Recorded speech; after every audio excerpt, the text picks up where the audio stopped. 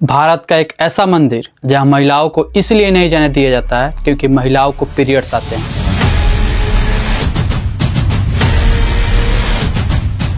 जी हां, आपने सही सुना, खास करके 10 से 50 साल के महिलाओं को, जो एक स्त्री के जीवन का सबसे इम्पोर्टेंट चीज़ है और हम सब के जीवन का आधार भी। और कोर्ट भी कुछ बोलने से खुद को बचा रही है। 1991 में शुरू हुआ यह धर्म, आस्था और संविधान की लंबी युद्ध अभी भी किसी के पक्ष में नहीं गई है।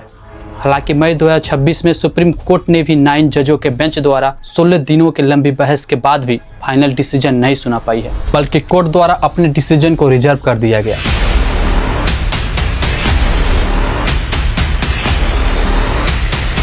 हालांकि क्या है इस मंदिर का रहस्य और आखिर क्यों कोर्ट भी इस केस में अंतिम डिसीजन को सुनाने से डर रही है, और आखिर क्यों मेंस्ट्रुअल एज की महिलाओं को टेंपल में नहीं जाने दिया जाता है, जो महिलाओं का जन्मसिद्ध अधिकार है। तो चलिए सभी चीजें जानते हैं आज की इस वीडियो में। इसके कहानी को अच्छे से समझने के लिए आपके लिए इस केस के बैकग्राउंड को जानना बहुत जरूरी बन जाता है, लेकिन उससे भी ज्यादा महत्वपूर्ण है इस मंदिर के इतिहास को जानना। केरल में स्थित यह सबरीमला मंदिर भगवान अयप्पा की मंदिर है, और ऐसा माना जाता है कि सस्ता अवतार में जन्मे लॉर्ड अयप्पा भगवान शिव और विष्णु के मोहिनी अवतार के पुत्र थे, जिनका जन्म का उद्देश्य महिषासुर की बहन महिषी का वध करना था। हालांकि भगवान अयप्पा का पालन पोषण पांडव राज्य के राजा राजशेखर ने किया, और महिषी के वध के बाद जब भगवान अयप्पा अपने पिता राजशेखर से देवलोक लौटने की आज्ञा मांगी, तो राजशेखर ने भगवान अयप्पा से उनके सम्मान में मंदिर बनाने के लिए पृथ्वी पर एक जगह पूछा। और ऐसा कहा जाता है कि भगवान अयप्पा ने एक तीर चलाई और वह तीर सबरीमला पर्वत पर जा गिरा, और वहीं पर भगवान अयप्पा के श्री सस्ता मंदिर बना दिया गया, और बाद में यही मंदिर सबरीमला मंदिर के नाम से प्रसिद्ध हुआ। आज के टाइम में यह मंदिर काफी फेमस मंदिर बन गया है, और यहाँ हजारों लाखों लोग जाते तो हैं, लेकिन महिलाएं जो मेंस्ट्रुअल एज में हैं उनको छोड़कर। हालांकि इस मंदिर में प्रवेश करने का प्रोसेस भी सभी मंदिरों से बिल्कुल अलग है और काफी इंटरेस्टिंग भी।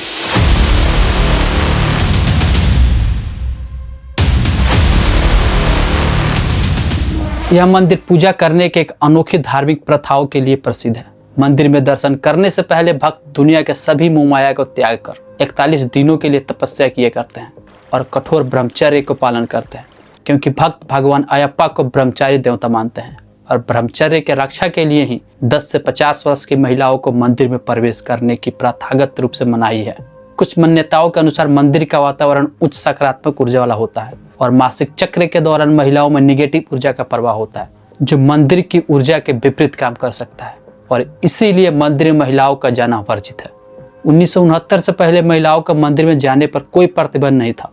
कभी भी और किसी भी उम्र की महिलाएं, बहुत कम ही सही, लेकिन जाती जरूर थी।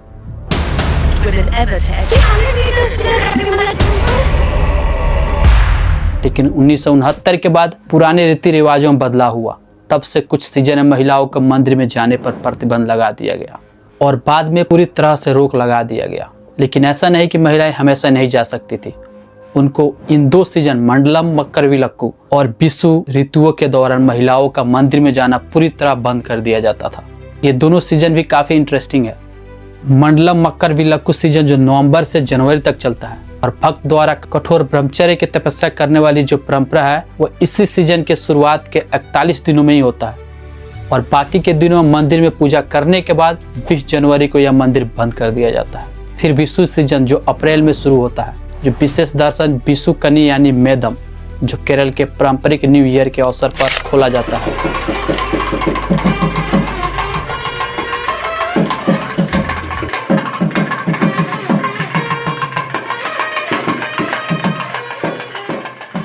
उसके बाद सिवाय इन 2 सीजन को छोड़कर हर महीने में 5 दिनों के लिए मंदिर खोली जाती थी, और उस समय किसी भी एज की महिलाएं जा सकती थी। हालांकि 10 वर्ष से कम उम्र के बच्ची जो अयप्पा के दर्शन को जाती है उसको महालिकापुरम कहा जाता है। लेकिन 1991 में आता है एक नया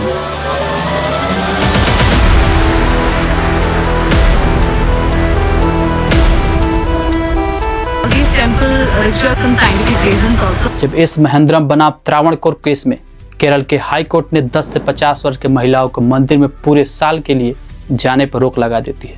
अब महिलाएं किसी भी दिन मंदिर में नहीं जा सकती थी, अब यह मुद्दा काफ़ी रोमांचक मोड़ लेने के लिए तैयार हो गया, जिसको हाई कोर्ट के इन फैसले ने नई हवा दे दी और 2006 में इंडियन यंग लॉयर्स एसोसिएशन ने सबरीमाला महिलाओं के प्रवेश पर प्रतिबंध को चुनौती देते हुए सर्वोच्च न्यायालय में अपील किए और कहा कि यह फैसला महिलाओं के फंडामेंटल राइट का खुला उल्लंघन कर रहा है। हालांकि इसमें महिलाओं का क्या दोष कि उनको मानसिक चक्र आते हैं और ये तो नेचुरल चीज़ें हैं। अब सुप्रीम कोर्ट ने इसको वैलिड मानते हुए एक नोटिस जारी करती है और 2008 में इस मामले को 3 जज के बेंचों को सौंप देती है। लेकिन पूरे 7 सालों के बाद यह 3 जजों के बेंच ने पहली सुनवाई की, लेकिन इन जजों की बेंच ने इतनी लंबी सुनवाई करी कि जनवरी 2016 में शुरू हुई यह सुनवाई अक्टूबर 2017 तक पहुंच गया, लेकिन फिर भी कोई निर्णय नहीं आया और 3 जजों के बेंच ने इस मामले को अब 5 जजों के बेंच को सौंप दिया। अब यह मामला धीरे धीरे नेशनल और इंटरनेशनल मुद्दा बनने लगा।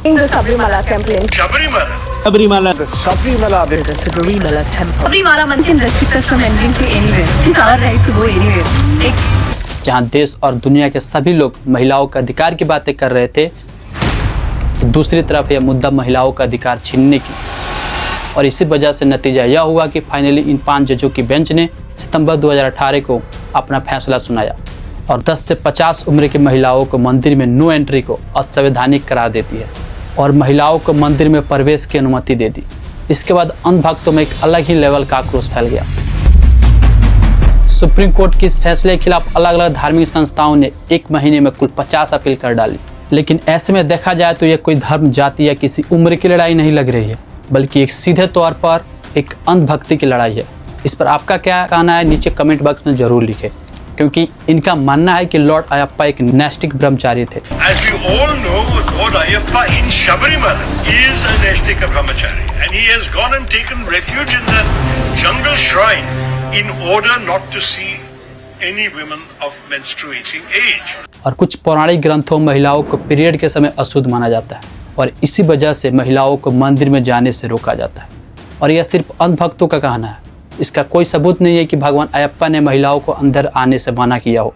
और फाइनली अंधभक्तों की नाराजगी ने सुप्रीम कोर्ट को फिर से इस मुद्दे पर सोचने पर मजबूर कर दिया और नवंबर 2018 में सुप्रीम कोर्ट ने इन अपील पर सुनवाई फिर से शुरू करती है और नवंबर 2019 को 5 जजों की बेंच ने खुद को सरेंडर करती है और इन सबरीमाला के मामले को 9 जजों की बेंच को सौंप देती है, यह कहते हुए कि जब तक सुनवाई पूरी नहीं हो जाती तब तक 2018 में सुप्रीम कोर्ट द्वारा सुनाई गई फैसला ही लागू रहेगा। 18 September verdict allowing women of all groups to enter the Sabrimala temple.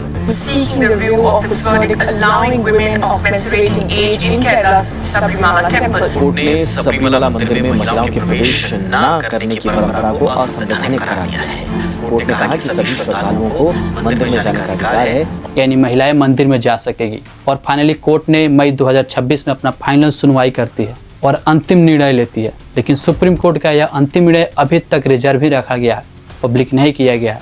कोई भी डिसीजन सुप्रीम कोर्ट के द्वारा अभी तक तो नहीं सुनाया गया है। आगे सुप्रीम कोर्ट इस पर क्या डिसीजन लेती है देखना काफ़ी दिलचस्प रहेगा। लेकिन यहाँ एक सोचने वाली बात यह है कि अगर किसी भी भगवान को अगर महिलाओं के मेंस्ट्रुअल चक्र से प्रॉब्लम होती तो ये महिलाओं में ऐसी चीज़ें देते ही क्यों?